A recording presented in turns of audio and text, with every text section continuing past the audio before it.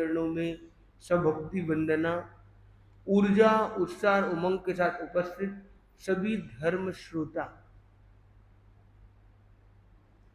आगम वाणी से निकला हुआ एक ऐसा सूत्र जो शांति को स्थापित करता है, जो आप सबको प्रायः याद है या अनेकों बार आपने सुना है, जिसका भाव है कि हम सब का आधार, अध्यात्म का आधार, ज्ञान संपदा, अध्यात्म संपदा का आधार है शांति। जैसे जीव जगत के लिए ये पृथ्वी, ये सूत्र क्या है? जीय बुद्धा ऐकंता, जीय बुद्धा गया, संति पैथाणम भूयाणम जगई जहां। ये क्या कहता है?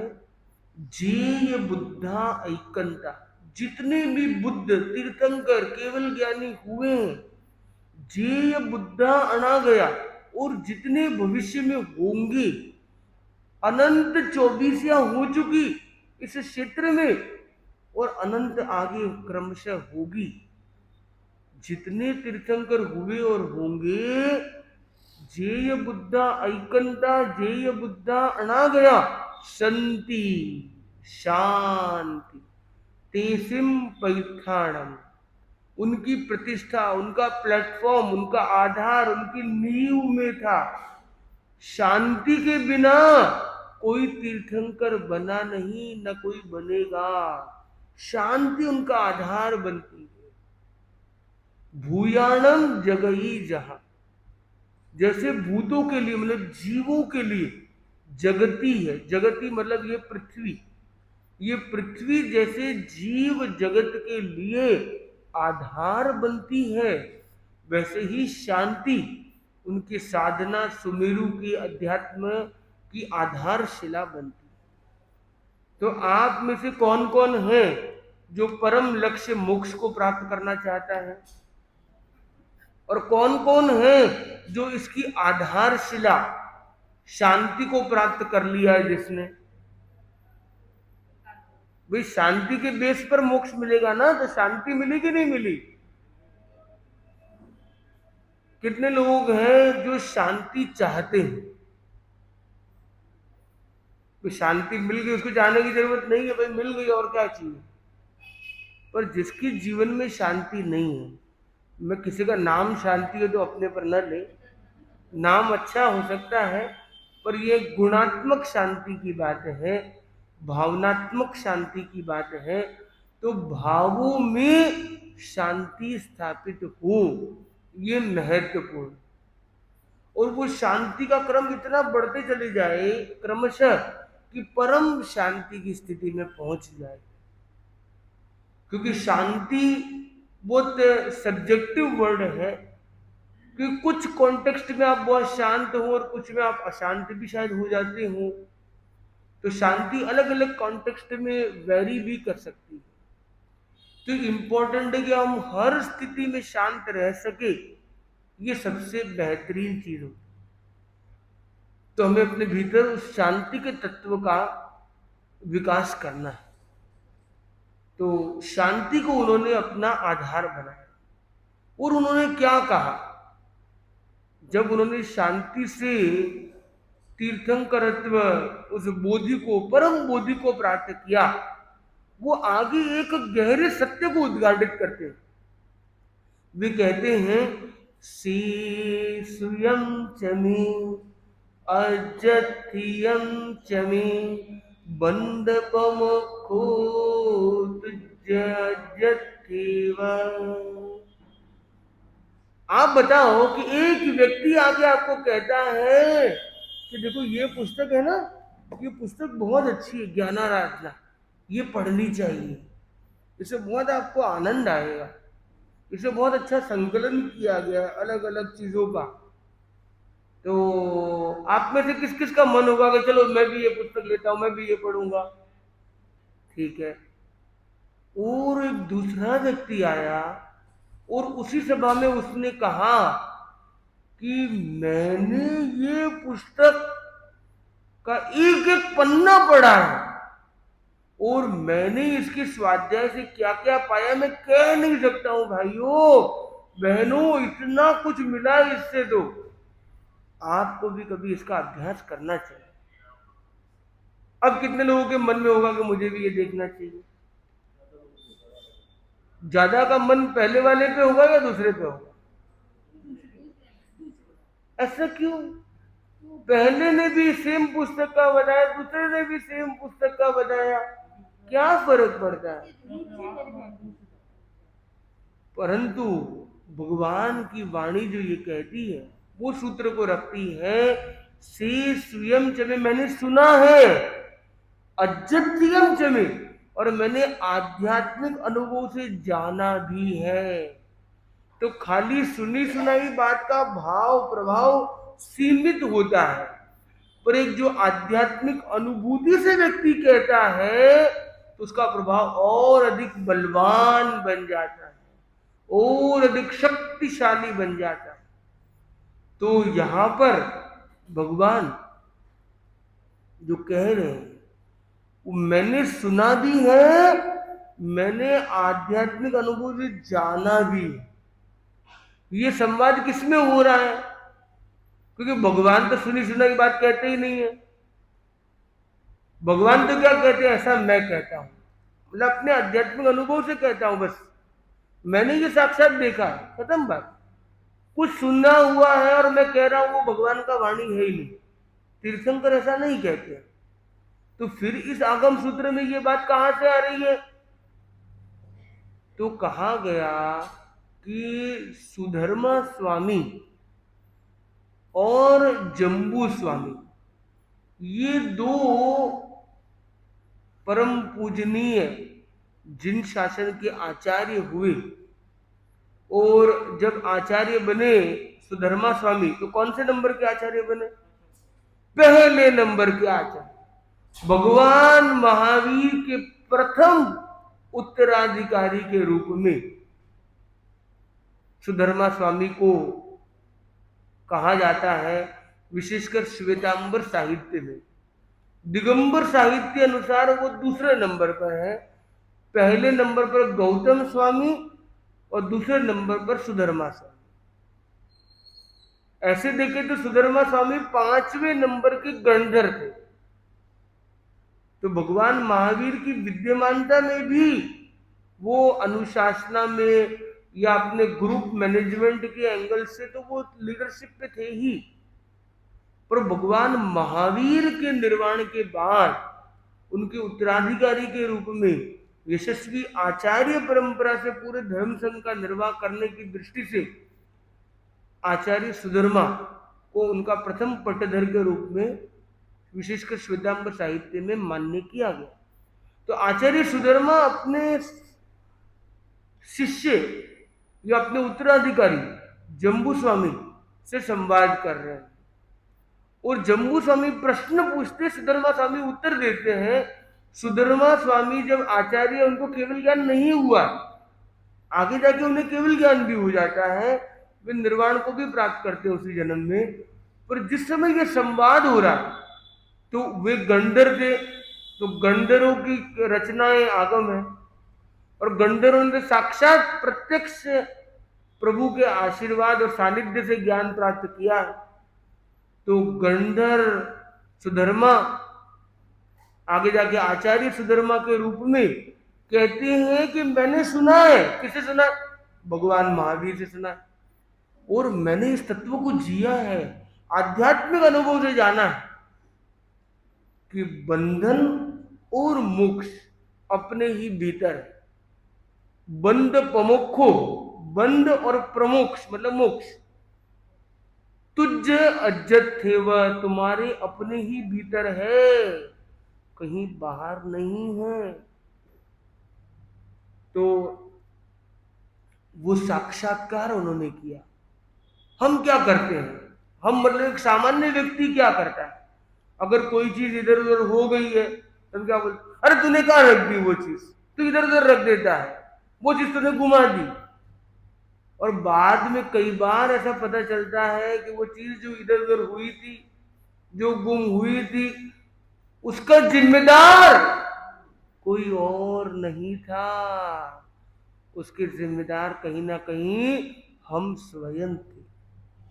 और ये बोध होने में बहुत देर हो जाती है। मैं एक छोटी सी घटना आपको शेयर करने जा रहा हूं। वो घटना कोई सामान्य घटना नहीं, एक असामान्य, एक विशेष और एक सच्ची घटना है।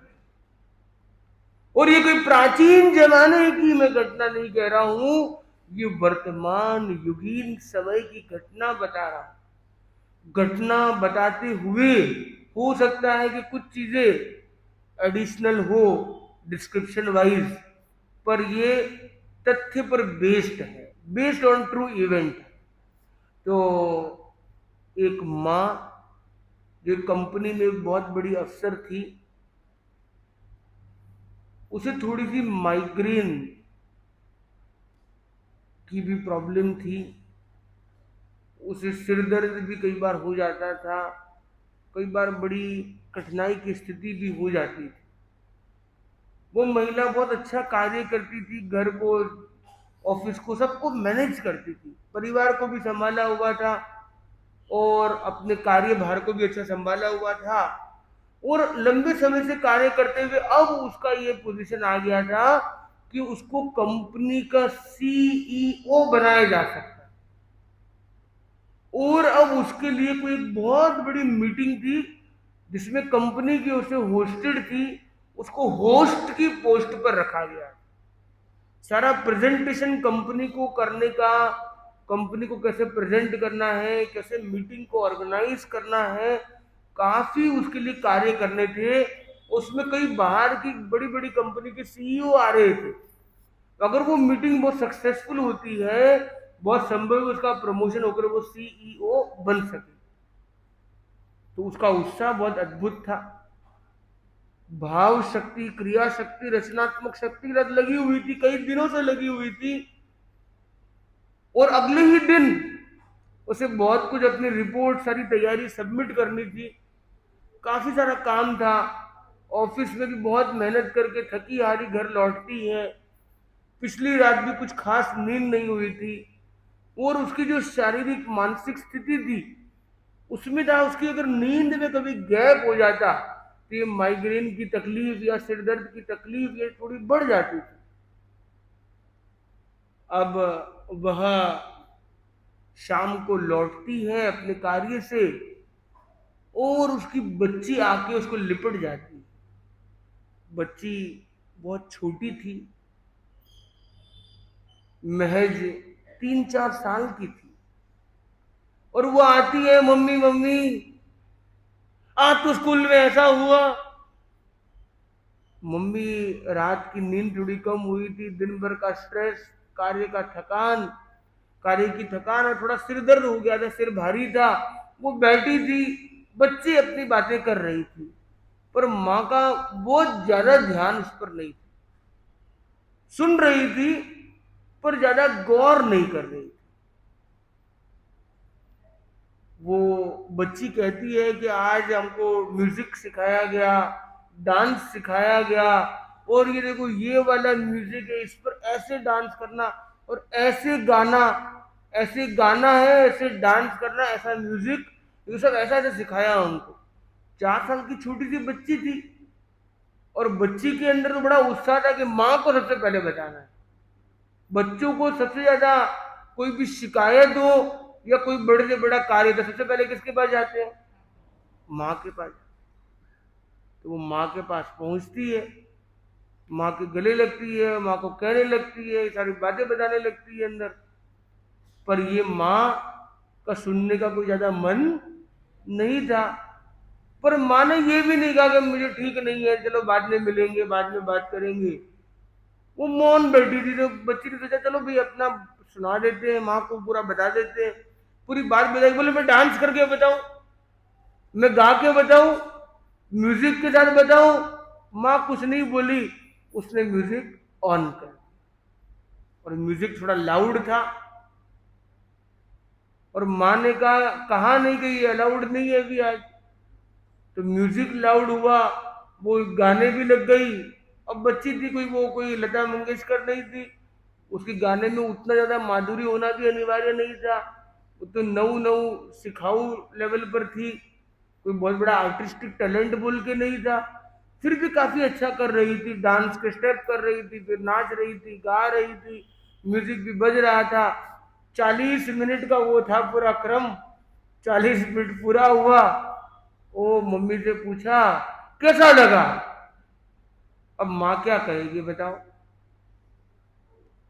माँ पहले तो थकान में थी, पहले स्ट्रेस में थी, पहले हाई में थी, अब हाई से हाइपर हुई, और अब क्या हुआ, चंद्रमुखी सूर्यमुखी अब कहाँ बन गई। कितना ज्ञान है आपको। आप मंच संचालन के साथ भी और भी आपने अनुभव किए मुझे लगता है। परिवार में हो जरूरी नहीं है, कहीं पे भी हो सकते हैं अनुभव, तो किसी और परिवार में भी नोटिस किए हो। तो इम्पोर्टेंट है कि वहां पे ज्वालामुखी वाला रूप बना कुछ। बच्ची बेचारी छोटी सी थी, उसको बुलाया, एकदम बेहुदा है, कोई नहीं सुनना चाहता है तुम्हें, कोई मतलब नहीं ऐसे सब करने का। एकदम से बौखला उठी और ऐसा आवाज लगाई, 2 3 4 शब्द ही कहे उसने। वो बच्ची क्या करती है, हाँ, वो नाराज होकर रोती रोती चली गई अपने कमरे में। वो ऐसी नहीं थी कि मान मनवार करे, नहीं मम्मी शुरू नहीं गई, वो रोती रही, करती रही। माँ ने भी देखा कि बच्ची नाराज हुई है, रो रही है, परेशान हुई, उसको बुरा लग गया है। पर माँ का दिमाग भी डिस्टर्ब चल रहा था, इतना प्रेशर, इतना स्ट्रेस। बाद में संभाल लेंगे इसको, कोई बात नहीं, अपनी बच्ची कहाँ जाएगी। पर ये नौकरी में सीईओ की पोजीशन चले जाएगी तो वापस नहीं आएगी, ये मौका वापस नहीं आने वाला। बच्ची तो घर पे ही कहाँ जाने वाली है, फिर संभाल लेंगे, वो संभाल लेंगे, आएंगे थोड़ा थोड़ा, मैं भी संभाल रही हूँ ये काम, उनको भी करने दे थोड़ा। वो अपने काम में लग जाती है, थोड़ा रेस्ट करती है, एस्पिरिन डिस्पिरिन लेके दिमाग को कूल करके फिर वापस काम पे लगती है। जैसे जैसे प्रोजेक्ट को कंप्लीट करती है, अगले दिन मीटिंग होती है, सीईओ भी बन जाती है, लाइफ उसकी आगे भी बढ़ जाती है। और करीब 4 वर्ष बाद एक बहुत बड़े स्कूल से पेरेंट टीचर मीटिंग के लिए फोन आता है। तो सामान्य तो उनके जो गार्जियन के रूप में और भी लोग रखे हुए थे वो चले जाते थे, पर इस बार बोला कि इस बार दोनों पेरेंट्स को आना अनिवार्य है। कभी ये चले जाते, कभी वो चले जाते, ऐसे भी काम चल जाता था। नॉमिनल एक खाना पूर्ति की मीटिंग हुआ करती थी। बोले इस मीटिंग में दोनों पेरेंट आने जरूरी है। और उस बच्ची के माँ बाप को ही स्पेशल फोन आया है, बाकी सबका सामान्य था। बोले आपको पर्सनल आपसे बातचीत करना था। तो जनरल मीटिंग थी कि फिर अलग से स्पेशल मीटिंग में बात की गई कि हम आपके बच्चे को स्कूल से निकालना चाहते हैं, आपकी बालिका को हम यहाँ नहीं रखना चाहते। तो बोले आपको हम पूरी फीस दे रहे हैं। उनकी स्कूल में क्वालिफिकेशन था कि उनके पेरेंट्स वेल क्वालिफाइड होने चाहिए, इतनी बड़ी फीस स्ट्रक्चर होनी चाहिए, इतना बड़ा इनकम होना चाहिए, इतना बड़ा एजुकेशन बैकग्राउंड होना चाहिए। तो सारी चीजें तो हमारी बराबर है, फिर क्यों आपको और पैसे चाहिए तो हम एक्स्ट्रा दे देते हैं। बोले पैसे की बात नहीं, बात यहाँ परफॉर्मेंस की। हमारी स्कूल में सारे एलीट बच्चे आते हैं, सारा वो जो क्लास है, क्योंकि उस फीस स्ट्रक्चर के साल का 20 लाख रुपए फीस था उस स्ट्रक्चर का। उस स्कूल में पढ़ने वाले जो सारे बच्चे वो उस लेवल के, उस ग्रेड के। वो खाली पैसा सब कुछ नहीं है, परफॉर्मेंस भी होना अनिवार्य है। हमारे स्कूल की नाक का सवाल है, ऐसे नहीं चलेगा। तो बोले क्या हुआ बताइए तो सही आप। बोले आपकी बच्ची है, वो ध्यान से टीचर को आंख भी नहीं मिलाती, देखती भी नहीं है, बराबर जवाब भी नहीं देती है, कभी प्रश्न भी नहीं पूछती है, होमवर्क भी बराबर करके नहीं आती है, कोई प्रेजेंटेशन में भी पार्ट नहीं लेती है, कोई एक्टिविटी में भी पार्ट नहीं लेती है, कुछ खड़ा करते तो लड़खड़ाने लगती है, कुछ बोलती नहीं है, आसपास में किसी से फ्रेंडशिप भी उसकी नहीं है, सर्कल भी नहीं है। तो ऐसे बच्चे हमें नहीं चाहिए। हमें तो चाहिए जो एक्टिव बच्चे हो, जो पार्टिसिपेशन करे, जो एंगेजमेंट हो जिनका। खाली अक्षर ज्ञान से भी सारा काम नहीं होगा, वो रट रटा के आंसर ले ले उससे काम नहीं होगा। हमें एक्टिव बच्चे चाहिए जो पार्टिसिपेशन करे। सही हो गलत हो सब चलेगा, वो तो हम सिखाएंगे। पर अगर वो बोलता ही नहीं और हर चीज में लड़खड़ाता है, तो बोले आप कोई साइकोलॉजिस्ट के पास जाओ, कोई डॉक्टर के पास जाओ, इसको क्या प्रॉब्लम है भाई। और आपको 3 सप्ताह की मोहलत देते, इसका परफॉर्मेंस में परिवर्तन नहीं आया तो इसको हम ब्लैक लिस्ट कर देंगे। और स्कूल से ऐसा रिमार्क हम देंगे तो पेरेंट्स ने सोचा कि ऐसा कोई रिमार्क मिला तो कोई और भी एडमिशन कठिन हो जाएगा। तो और स्कूल के बीच बीच पीरियड में, मध्य स्कूल में बच्चे को बेदखल करेंगे तो बड़ा मुश्किल काम होगा। ऐसा क्या हो गया, वो माँ सोचती है हाय किसा कर्म करे आपा, इसी संतान हुई है। ओ इतो खिलावा पिलावा, इतनी कोचिंग, इतो ट्यूशन, इतना गाड़ी घोड़ा लगा दिया, इतना साधन लगा दिया, तो ये रह गया है। देखो ओ आत्मा कहाँ पे है, शरीर कहाँ पे, वो बोल ही को नहीं पावे कहीं है। देखो मैं लोग इतो अच्छो प्रेजेंटेशन करा और इन्हें इतो ही को नहीं आवे, इतो ही को नहीं कर पाई, कहीं भाग्य योग है। देखो अब मुझे ये बताओ कि उस बच्ची के पुअर परफॉर्मेंस का जिम्मेदार कौन कौन है? पेरेंट्स है कि स्कूल वाले हैं कि उस बच्ची के कर्म? तो माँ ने तो कहा कि बच्ची के ऐसे कर्म है और हमारे भी ऐसे कर्म है कि ऐसी बच्ची पाले पड़ी है। पर वास्तविकता में क्या है उसको जानने के लिए वो एक चिकित्सक के पास पहुंचते हैं, साइकोलॉजिस्ट, चाइल्ड काउंसलर के पास पहुंचते हैं और वो कुछ प्रारंभिक उपचार के लिए बातचीत शुरू करते हैं, संवाद स्थापित करते हैं। उनको बोले इसको तो रेगुलर सेशन लगेंगे, बोले जितना पैसा चाहिए जितनी व्यवस्था चाहिए आप करिए। वो बोले इसके सेशन 2-3 सेशन के बाद बोलते हैं कि इसके सेशन में आपको बैठना अनिवार्य है। वो बोले क्यों भाई, मैं तो बहुत बिजी हूँ और ये हूँ वो हूँ।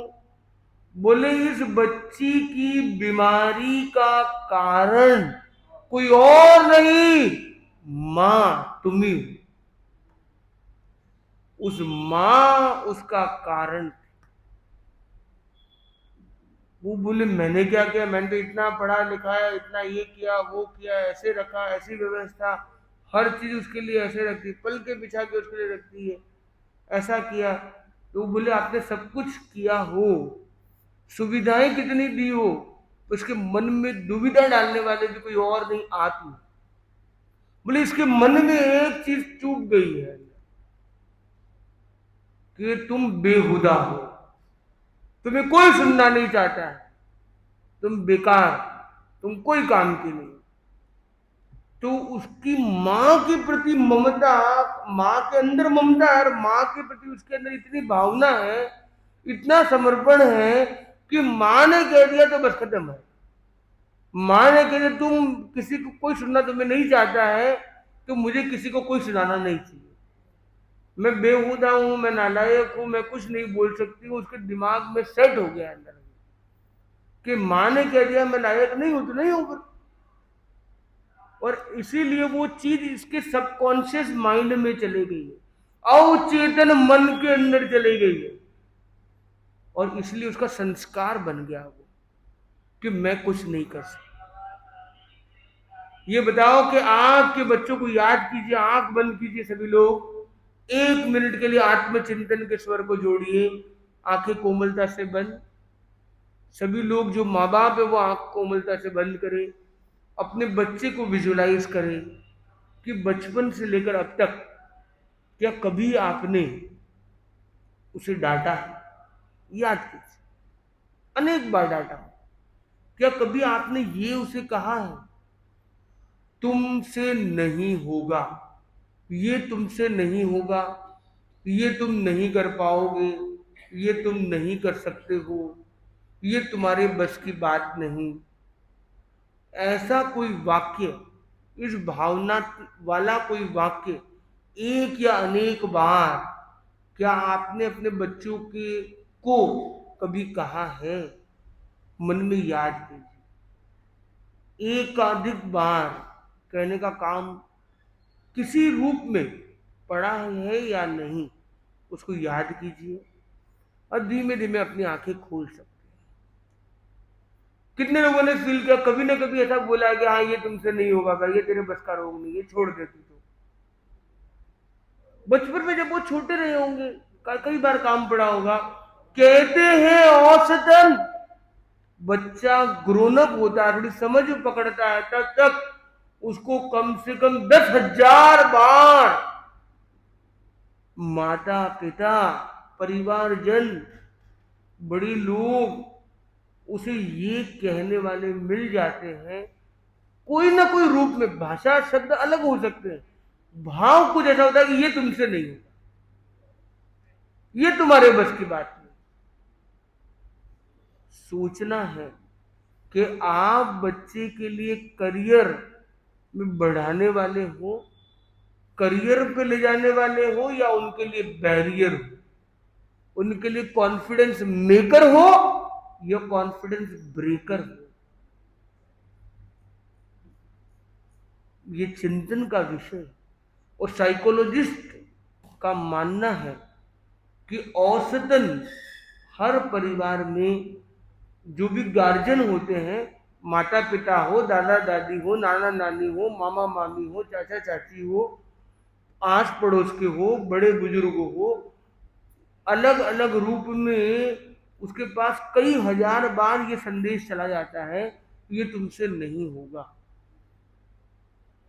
तो इससे आप उसको, और फिर आप ये सोचते कि मेरा बच्चा इतना काबिल क्यों नहीं बना, इसके अंदर ये काबिलियत है पर वो काबिलियत क्यों नहीं है, ये हर चीज में अव्वल क्यों नहीं है, या ये इतना आगे क्यों नहीं बढ़ा, उसका कसूरवार कौन हुआ? फिर बताइए। फिर आप बोलोगे मेरा भाग्य ऐसा ही है, इन्हें तो अंतराय कर्म है, इन्हें तो इसो कर्म है। तो भगवान क्या कहते हैं? से सुयं च मे अजथियं च मे बंद पमोको तुझ्य जथेव। बंद और मोक्ष तुम्हारे ही भीतर है। बंद और मोक्ष का कारण कहीं बाहर मत खोजो, अपने अंदर ही खोजो। अगर आपको पुत्र सुपुत्र मिला है तो उसका कारण भी कहीं आप हो। पुत्र कपूत मिला है, उसके कारण भी कहीं ना कहीं आप हो। आपको संयोग अच्छे मिले हैं, आपको संयोग अच्छे नहीं मिले हैं, उसका कहीं ना कहीं आप भी एक बड़ी भूमिका में उससे जुड़े हो, तभी आपके साथ ये हो रहा। हर किसी के साथ तो नहीं हो रहा है। अंदर हो सकता है कुछ ऐसे कर्म भी जो पूर्व जन्मों के संयोग से हो रहे हैं, होता है। पर बहुत सारी बातें जीवन में होती है जो वर्तमान जीवन के ही अतीत से जुड़ी हुई होती है। हमने 2 मिनट पहले हमने चूक की, ध्यान नहीं दिया, रेलिंग पर पैर अटका, हम गिरे। हम सबसे पहले क्या कहते हैं? ये रेलिंग यहां क्यों लगाते हैं? अभी बनना कटा में हटाया क्यों नहीं? या कार्यकर्ता कौन ड्यूटी पर है? ये काशिद जी क्या कर रहे थे? इन्होंने क्यों ध्यान नहीं दिया? ये लोग कैसे लाइन करते हैं? हमारा समाज तो ऐसा ही है। क्या वो ये कहता है? सबसे पहला जवाब क्या निकलता है अंदर से? पहला रिएक्शन क्या होता है? वो ब्लेम गेम पर होता है। और अगर अकेले ही और पकड़ लिए गए, मैं तो पूरा ध्यान रखू ही, पर अचानक फोन की घंटी बाज गई, अचानक ध्यान नहीं होगी, उसमें भी एक्सेप्टेंस नहीं। रंगे हाथ भी पकड़ा गया है तो पहले फिर आएगा बहाना, या तो कोई मिल जाए तो उसके ऊपर माला पहना देंगे, कोई नहीं मिले तो सबसे अच्छा कैसा है देखता ही नहीं है, ऐसा आदमी है, उससे पानी डोल के चला गया, ऐसा करके चला गया, और फिर सीसीटीवी दिखाया तेरे से गिरा थोड़ी देर पहले। फिर क्या? कोई बोलने के लिए शब्द नहीं। पर महत्वपूर्ण बात यह है कि एक्यूज और एक्सक्यूज सॉल्यूशन नहीं है। तो हमें ये समझना है। तो इस माँ की घटना से थोड़ा और आगे चलते हैं। साइकोलॉजिस्ट ने बुलाया, माँ को बताया कि क्या वो घटना धीरे धीरे बच्ची से निकाल निकाल के उसको मेडिटेशन में ले गए, उसको अतीत की यात्रा कराई, उसको उस दिन में ले गए, उस दिन के उस ट्रॉमा वाले एपिसोड को, जिसको 4 साल पहले का उस ट्रॉमा एपिसोड से जैसे जैसे मेडिटेशन में वो चीजें रिलीज हुई, तो पता चला कि ये 3-4 वाक्य ऐसे कुछ हुए थे, ऐसी कुछ घटना हुई थी। माँ से अलग से पूछा, समझा घटना को। माँ ने बोला अब क्या करूं? बोले अब भोगो कर्म। नहीं, पर सही बात है, कर्म भोगे बिना छुटकारा नहीं है। इसका मतलब ये नहीं है कि कर्म जैसे वैसे ही रहेंगे। आप पुरुषार्थ चेतना को जगाए। आपको जो आपने मैस किया है, जो गंदगी की है, गंदगी को समेटना भी तो आपको होगा। आप बोलते हाँ मेरे से गंदगी होगी चलेगी, अरे गंदगी होगी सफाई कर दो यहाँ पे आके, वो काम भी तुम्हारा ही है। अगर गलती तुमसे हुई है तो गलती को मानना तो एक बात है, वो गलती को ठीक करना ज्यादा महत्वपूर्ण है। हम लोग क्या सोचते हैं, गलती हो गई, गलती मान लिया, रहा मेरी गलती हो गई, हो गया। अरे गलती हो गई तो पेनल्टी कौन भरेगा भाई? उसको ठीक कौन करेगा? अगर तुम्हारे से गलती हो गई, तुमने ये कर दिया वो कर दिया, तो ठीक ठाक करने का जिम्मेदारी भी तो तुम्हारा ही होगा। तो उस माँ को एक बड़ी जिम्मेदारी मिल गई कि आपको भी 7 दिन की छुट्टी लेनी होगी। सीईओ पोजीशन जाए कुछ जाए वो दिक्कत नहीं है, बल्कि बच्चे आपके हाथ से चले जाएगी, फिर ये पोजीशन कुछ काम नहीं आएगी, लीव ले लो भले आप। और अब आपको परछाई के साथ इसके साथ रहना है, और आपने ही इसकी एक क्वालिटी को इतना पंचर किया है, अब आपको ही हवा भरनी। इसकी एक एक छोटी छोटी जो अब आपको सोचना है, ये 4 साल की बच्ची है, ये 8 साल की नहीं है अभी, इसकी ग्रोथ रुकी हुई थी, उल्टी 4 साल से वो 2 साल में चले गई है, नीचे चले गई है। अब जैसे 2 साल के बच्चे को जैसे एप्रिसिएशन चाहिए हर छोटी चीज पर, आपको हर छोटी चीज सिखानी होगी। उसे ये नहीं कि 8 साल की होगी तेरे को इतना ही नहीं आता, ऐसा नहीं बोलना। बल्कि 2 साल की 3 साल की बच्ची चलते हुए दौड़ना सीख जाती है, दौड़ती हुई कुछ बोलना सीख जाती है, बोलते हुए कुछ गाना सीख जाती है, तो कैसे अप्रिशिएट करते हैं। आज जहां वो है वहां से उसको एडमायर करना, कुछ अच्छा करे उसको अप्रिशिएट करना, और एक छोटी छोटी चीजें आपको सिखानी है। खाना कैसे है, बैठना कैसे है, बोलना कैसे है, जो छोटे छोटे स्टेप हैं, और हर चीज को तरीके से प्रेम से सिखाना है, बिल्कुल करुणा भाव से, एकदम धैर्य के साथ, और हर चीज को करते हुए उसको वापस प्रोत्साहित करना है, अप्रिशिएट करना है, उसको एहसास दिलाना है। जो उसके मन में आ गया ना कि मैं बेहूदा हूं, उसको ऐसा दिलाना तुम बहुत सुंदर हो, तुम बहुत हुनर वाली हो, तुम बहुत अच्छा करती हो, तुम्हें सब सुनना चाहती हूँ, मैं तुम्हें सुनना चाहती हूँ, तुम्हारे एक एक शब्द एकदम मोती की तरह है। ऐसा उसको एहसास कराओ कि वो माली नहीं, नौकर नहीं, वो मालकिन है, वो शहजादी है, वो राजकुमारी है, वो लाड़ दुलारी, उसको एहसास कराओ उसके अंदर से, और वो क्रम आगे बढ़ता है, और वो क्रमशः वो बच्ची आगे जाकर स्कूल और कॉलेज की टॉपर भी बन पाती है। जो ड्रॉपर लिस्ट पे थी वो टॉपर लिस्ट की यात्रा भी कर पाती है। एक सही गाइडेंस मिलते ही लाइन ट्रैक पर आ जाती है। बंधु, मैं ये कहना चाहता हूँ कि हम व्यवहारिक जीवन में भी देखें, पारिवारिक जीवन में भी आप देखें, आपके दैनंदिन जीवन में आप ध्यान से देखें, कितनी ऐसी चीज है कि जाने अनजाने आप ऐसे ऐसे कर्म बंधन कर लेते हैं कि जो न केवल आपके लिए गड्ढा बनती है, बल्कि आपके आस पास वालों को भी गर्त में डालने वाली होती है। हो सकता है आपके कोई ऐसे शब्द हैं, ऐसी कोई आदतें हैं, ऐसा कोई टोंट है, ऐसी कोई कसे हुए तंज हैं जो किसी और को परेशान कर रहे हैं। बंधु, ऐसे बांधे हुए कर्म को वापस ठीक करना बड़ा कठिन होता है। एक बोली हुई इस लाइन के कारण कितने महीनों तक उस मां को अभ्यास करना पड़ा, कैसे उस बच्ची की दरिद्रता को, मन की उस दरिद्रता को उठाने में कितना जोर पड़ा। आज वास्तव में गरीबी पैसे में नहीं है, आज गरीब आदमी दिलों से हो रहा है। आप दिल्ली में रहते हो, पर दिल में अगर गरीबी रह गई तो और अधिक समृद्धि का कोई लाभ आपको नहीं मिलने वाला है। ये सारे पैसे धरे के धरे रह जाएंगे। आपकी प्रतिष्ठा आपके परिवार के अंदर सुकून आने पर ही तो है। अगर आपका परिवार अंदर से समाधि में नहीं है तो स्वस्थ कहाँ है, शांति कहाँ है?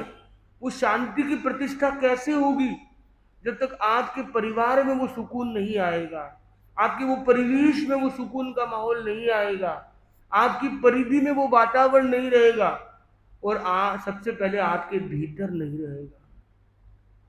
और क्योंकि आप लोग एक पारिवारिक सामाजिक ताने बाने में इस तरह से रचे बसे हुए हो कि एक माँ से पूछा जाए, अनेक माओं से साक्षात्कार होता है, उनसे पूछते हैं कि आपके लिए सुख का द्वार क्या है, आप किस दिन अपने आप को सुख किस में देखते हो, खुशी आपकी किस में? तो वो अधिकांश माँ क्या कहती है, क्या कहती है? बच्चों की खुशी में अपनी खुशी ढूंढती है, परिवार की खुशी में अपनी खुशी ढूंढती है, सबकी खुशी में अपनी खुशी ढूंढती है, और अपने आप को अंतिम किनारे पर रखती है। वो माँ एक प्रतीक के रूप में कहा जाता है। माँ के लिए, पिता के लिए, परिवार के कोई एक सदस्य से पूछा जाए तो सामान्यतः वो अपनी खुशी से आगे अपने परिवार या अपने संबंधी जनों की खुशी को देखने लग जाता है। पर मैं चाहता हूं इसको आप इन्वर्स कीजिए। आज शुरुआत स्वयं से कीजिए। यदि आप खुश नहीं हैं तो आप परिवार को खुशहाल बनाने में कोई विशेष योगदान नहीं दे पाओगे। वो माएं जो अपने शरीर पर, अपने मन पर, अपने भावनात्मक कल्याण पर कार्य नहीं कर रही है, वो अपने परिवार को भी अच्छी भावधारा से लंबे समय तक नहीं टिका सकती, क्योंकि वो अंदर से बेहद कमजोर हो जाती है। उसके भाव बहुत बड़े, पर भाव के लिए उसके पास प्रभाव उतना नहीं रहेगा, क्योंकि वो अंदर से कमजोर है। आप चाहते हो कि माँ, एक बच्चे को मैं अच्छा भोजन कराऊं, अच्छे से उसका ध्यान रखूं, ये करूं, अरे मारी तो कमर दुखे, मार तो वो झुकी जे कोनी, वो हाली जे कोनी, उठी जे कोनी, करी जे कोनी, अब वो काई कर से, अब वो खुद ही हाल बेहाल है और सबको खुशहाल करना चाहती है, वो क्या कर पाएगी? तो कहने का मतलब है कि पहले के जमाने में आदमी चक्की पीसता था। मैं चक्की पीसने का नहीं कह रहा हूं, पर आजकल चक्की पीसने का एक और मीनिंग हो जाता है कि जेल जाना है क्या चक्की पीसने, ये भी अर्थ कभी कोई आदमी निकाल लेता है। पर पहले के जमाने में आदमी घट्टी पीसता था, वो कहीं कुएं में पानी लेके आता था, कपड़े निचोड़ता था, धोबी गार्ड का काम करता था, कितने कितने कार्य होते थे, एक जमाना था। उसके बाद एक जमाना है कि भाई वो सारी चीजें तो बदल गई, घर में नल आता है तो घर में फिर भी पानी छानना है, अपना साग सब्जी साफ करना है, अपनी चीजें सुखाना है, ये करना है। आज भी ये काफी क्रम ये सब चलते हैं, पर धीरे धीरे ये क्रम आ रहा है कि सब कुछ रेडीमेड मिल जाए, इंस्टेंट मिक्स मिल जाए, सब्जी बनी बनाई फ्राई करके सुखा के पैक करी हुई मिल जाए, या गर्म पानी का एक बाउल हम डाले और ये लीजिए रेडी टू सर्व, खत्म का। क्योंकि हम इतने पढ़ाई लिखाई हमारी छोरी ने कराई, वही काम वास्ते करी हुई थी। वो आदमी ऐसे सोच लेता है, क्योंकि वो सोचता है कि जो घरेलू काम, कई बहनों से पूछते हैं कि भाई श्रीमान जी बोलते हैं इंजीनियर है, आप क्या करते? हम तो कुछ नहीं करते। और हाउस वाइफ, हाउस वाइफ क्या होता है? तो भाई house wife non house wife तो अलग नहीं होता है। तो होम मेकर, होम मैनेजर एक बड़ा शब्द है, क्योंकि हाउस एक मकान है, होम एक घर है जो रिश्तों को निभाने का काम कर रहा है। आप व्यापारिक रिश्तों को निभा रहे हो, मैं जिसके लिए आप व्यापार करो उसको मैं निभा रही हूं। तो ज्यादा बड़ा क्षेत्र उस गृहिणी का हो गया, घर वो चला रही है और घर में फ्यूल को चलाने का काम वो बाहर वाला, मतलब घर वाला कर रहा है। तो दोनों व्यक्तियों का अपना अपना योगदान होता है, कहीं दोनों लोग भी साथ में काम करते हुए होते हैं, सब तरह के समाज में मॉडल हो सकते हैं, वो विषय मेरा नहीं है। महत्वपूर्ण ये है कि हम अपनी जिम्मेदारी ले, अपने कर्मों की जिम्मेदारी ले, अपने कार्यों की जिम्मेदारी ले। पर अगर आप खुद खुशहाल नहीं है तो आप परिवार को खुशहाल कभी नहीं बना सकते। और जब तक खुद में समाधि नहीं है और परिवार में समाधि नहीं है और असमाधि की दशा में, अशांति की दशा में कभी आप मोक्ष की यात्रा कैसे कर पाओगे? तो मोक्ष परम कल्याण के मार्ग पर हमें जाना है, निश्रेयस आत्मशुद्धि के मार्ग पर जाना है, तो हमें समाधि की साधना करनी है। और समाधि के लिए स्वयं पर, अपने पर, अपनों पर कार्य करना बहुत महत्वपूर्ण है। तो उसके लिए अपने से शुरुआत करें और अपने आप को स्वस्थ रखने का एकीकृत संकल्प करें। आप में से कितने लोग हैं जो स्माइल करना जानते हैं? कितने लोग स्माइल करते हैं?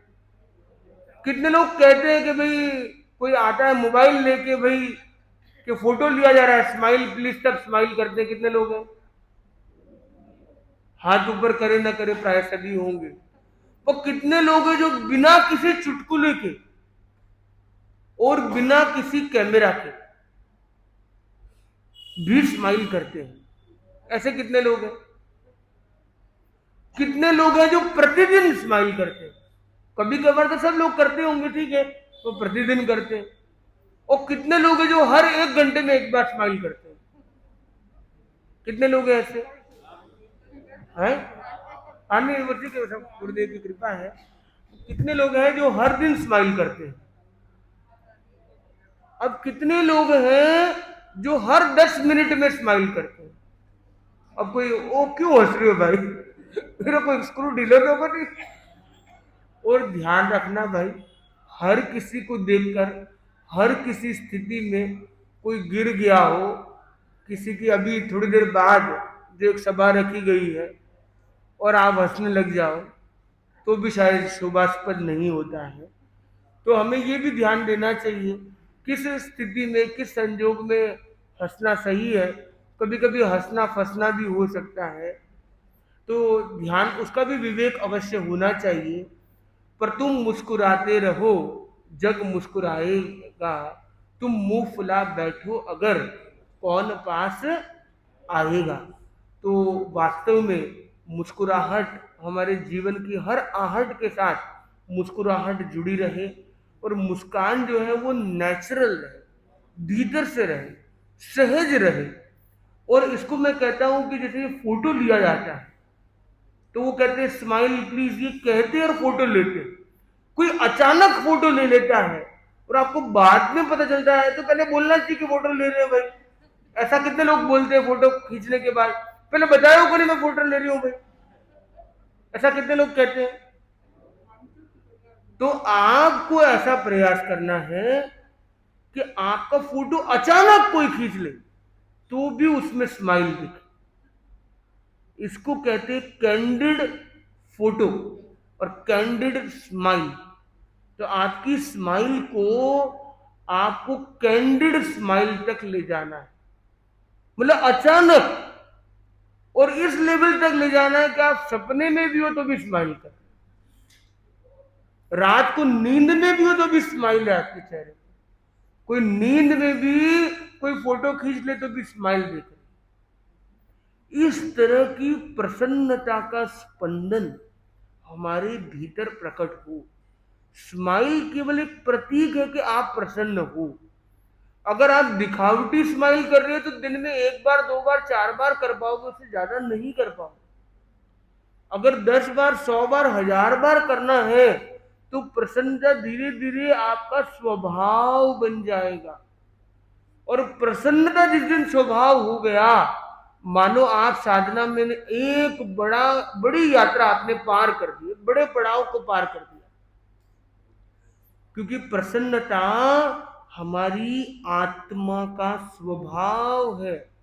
आपको ये पता हो कि हमारी जो ये साधना का जो क्रम है, अगर 2 शब्दों में कहेगी पूरी यात्रा क्या है, तो ये अभाव से और विभाव से स्वभाव की यात्रा है। कहते हैं विभाव से स्वभाव की यात्रा है। तो विभाव मतलब जो अन्यथा भाव में हम चले जाते हैं, जो हम नहीं है उसमें हम रहते हैं। हम कहते हैं ना, हम कभी गुस्से में आते हैं, कभी कृपणता में आते हैं, कभी दरिद्रता में, कभी आलस्यता में, कभी कुटिलता, कभी मलिनता, कभी शिथिलाचार, कभी बुरी भावना, कभी लो फील करते हैं, कभी उत्तेजित फील करते हैं, कभी आवेग में, कभी आवेश में। कौन कौन कभी कभी इन भावों में जाता है? इन भावों को क्या कहते हैं? विभाव। कभी कभी हम होते हैं कि वर्तमान क्षण की जगह अतीत में खोए हुए होते हैं, भविष्य की चिंता में डुबकी लगा रहे होते हैं, हम वर्तमान में स्थित नहीं होते। ऐसा होता नहीं होता? होता। तो ये क्या है? ये क्या है? विभाव दशा। तो भगवान कहते हैं कि तुम विभाव दशा से स्वभाव दशा की यात्रा करो। और जितनी हमारी यात्रा है, हम जो सामायिक करते हैं, परीक्षा ध्यान करते हैं, माला करते हैं, नौकार गिनते हैं, दर्शन करते हैं, सामायिक करते हैं, आराधना करते हैं, तपस्या करते हैं, पोषित करते हैं, जितनी जितनी क्रियाओं की लंबी लिस्ट आप लेंगे, उस सारों का लक्ष्य क्या है? आपको विभाव से स्वभाव की ओर ले जाए।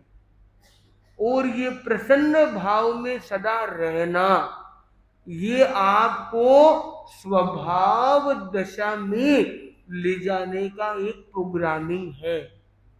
और इसको आपको क्या करना है? इसको स्वभाव में ले जाना है, इसको संस्कार में ले जाना है, और धीरे धीरे परिवार में ऐसी संस्कृति बनानी है।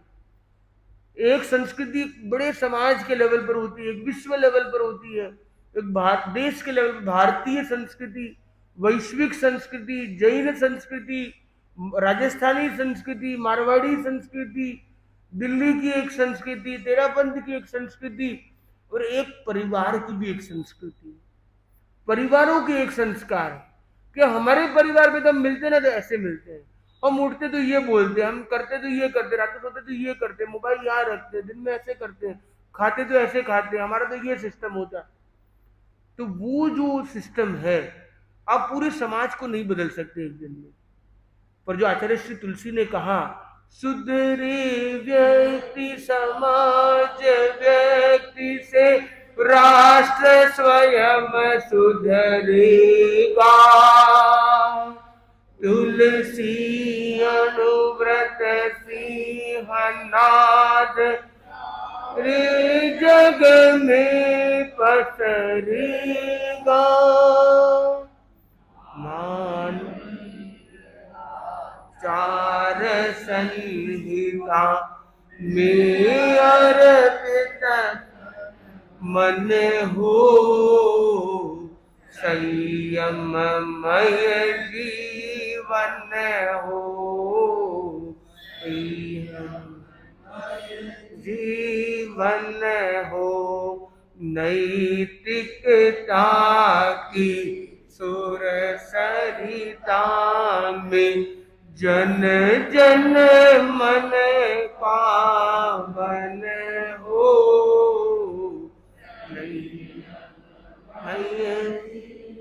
मन हो, संयममय। अनुव्रत गीत के माध्यम से गणाधिपति अनुव्रत अनुशास्ता अनुव्रत प्रणीता आचार्य श्री तुलसी ने कितनी सुंदर प्रेरणा दी। और मैं चाहता हूं यहाँ जुड़ा हुआ हर व्यक्ति अपनी अभिव्यक्ति में उस प्रसन्नता के भावों को रखे। प्रसन्नता मुखमंडल पर भी हो, प्रसन्नता आपके रोम रोम में हो, प्रसन्नता आपकी वाणी में हो, प्रसन्नता आपके भावों में हो, प्रसन्नता आपकी क्रियाकलाप में हो, प्रसन्नता आपके इंतजार में हो। जब आपको इंतजार करना पड़ता है, आप जस्ट पहुंचे और लाइट पीली हुई और पहुंचते पहुंचते लाल हुई, और आपकी आंखें, कितना ज्ञान है आपको, फिर भी ज्ञान में हरापन रहे, आंखों के अंदर प्रसन्नता रहे। कि ठीक है कोई बात नहीं, हमारे ही मित्र जाना चाहते हो, वो जल्दी में होंगे, कोई बात नहीं, हम व्यवस्था का विनय करते हैं, कोई बात नहीं, हम बहुत तेज गति से चल रहे थे, 2 मिनट का एक विश्राम हमारे लिए रखा था, गुरुदेव भगवान महावीर कायोत्सर्ग का अभ्यास कह के गए हैं, चलो हमें मार्ग में ही सही 2 मिनट के कायोत्सर्ग का अभ्यास दिया जा रहा है, हम थोड़ी देर कुछ लम्हे अपने आत्मचिंतन के लिए निकाल पाए, उस पलों को भी आप अगर प्रसन्नता से जीना सीख जाते हैं, आपके वहां कोई कर्मचारी आते हैं, कोई रसोई वाली बहन, सफाई वाली बहन आती है और एक दिन अचानक वो कहती है कि 3 दिन के लिए मैं छुट्टी पर हूं,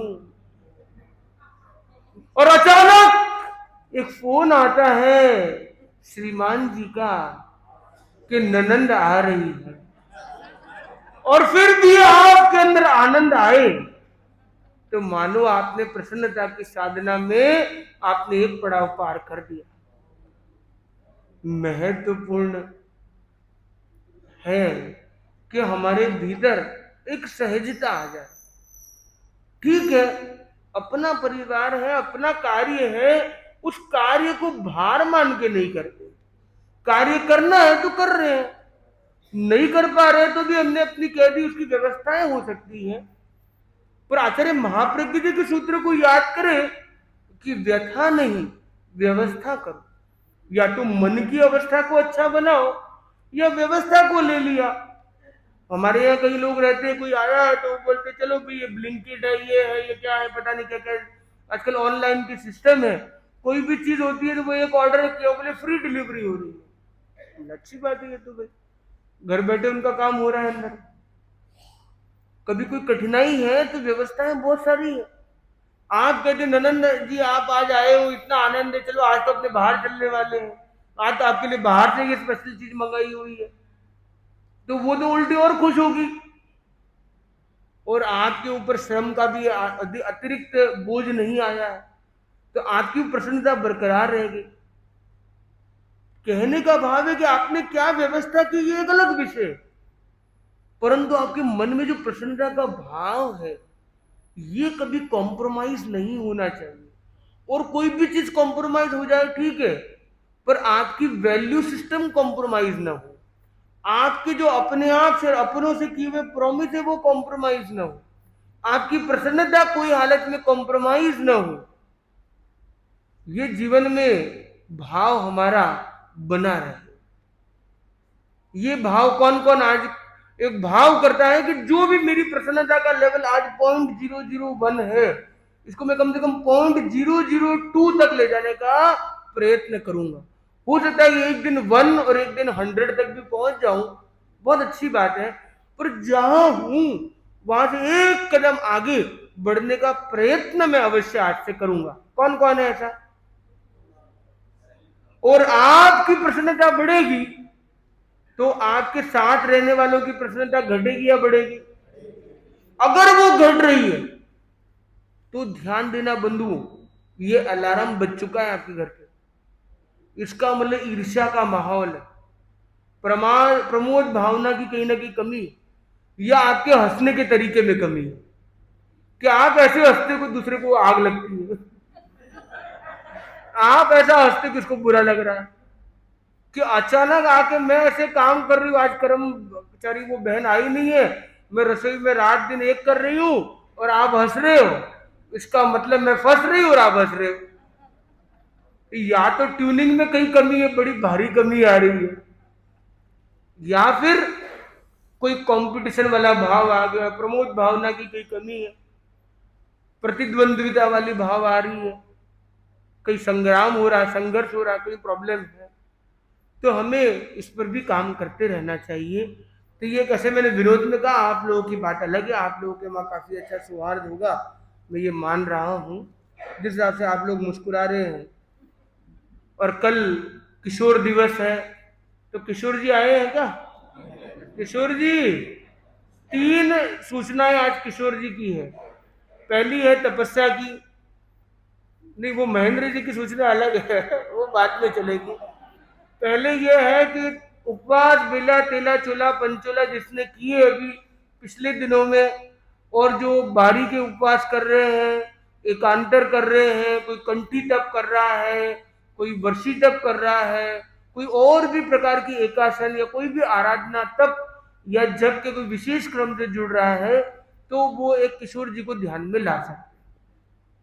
ये एक विशेष प्रयास करें। हमारा ये चतुर्मास का एक सुंदर माहौल है, और तो वर्षा भी काफी हुई है, तो एक शीतलता भी कुछ व्याप्त हुई है, कुछ ऋतु काल भी अनुकूल बन रहा है, तो अच्छे से ज्ञान ध्यान के साथ जब तब का भी क्रम हमारा आगे बढ़ता है।